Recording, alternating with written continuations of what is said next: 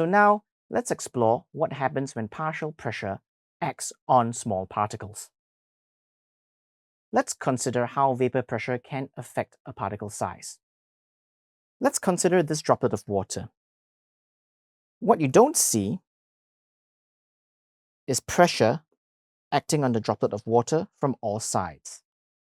If we were to split the droplet in half, we can fully appreciate how two forces are acting on the droplet of water.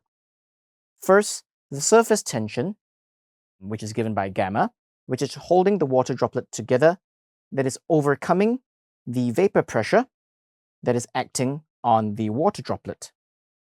So the surface tension and the vapor pressure have come to some kind of equilibrium for the water droplet to attain a certain size, and the surface tension is able to withstand the pressure from breaking it apart. So what that means is that at equilibrium,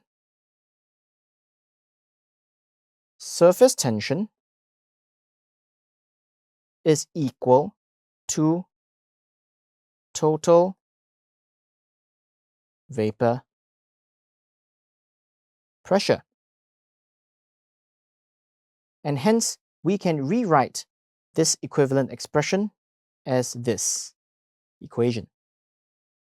Substituting this into the previous equation for vapor pressure P, we will end up with this expression, which can be simplified to this expression.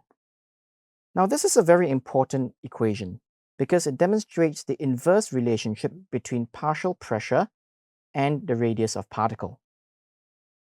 So what this means is that small particles or small droplets will have more pressure acting on it.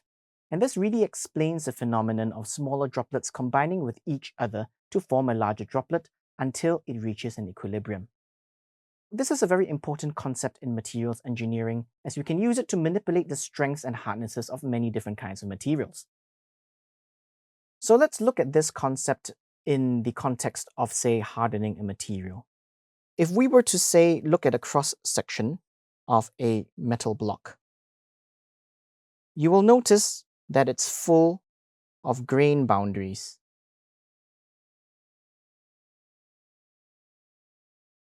And these grain boundaries are tightly compact into a space. They may be large and they may be small. It is a well-known phenomenon that heating, say, a piece of metal would decrease the particle's size by reducing its vapor pressure. And hence,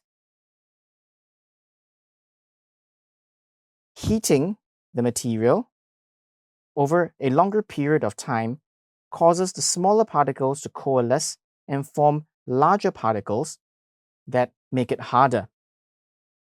And this explains the phenomenon of why sword makers tend to heat up their swords, or knife makers heat up their knives in order to make them less brittle and stronger.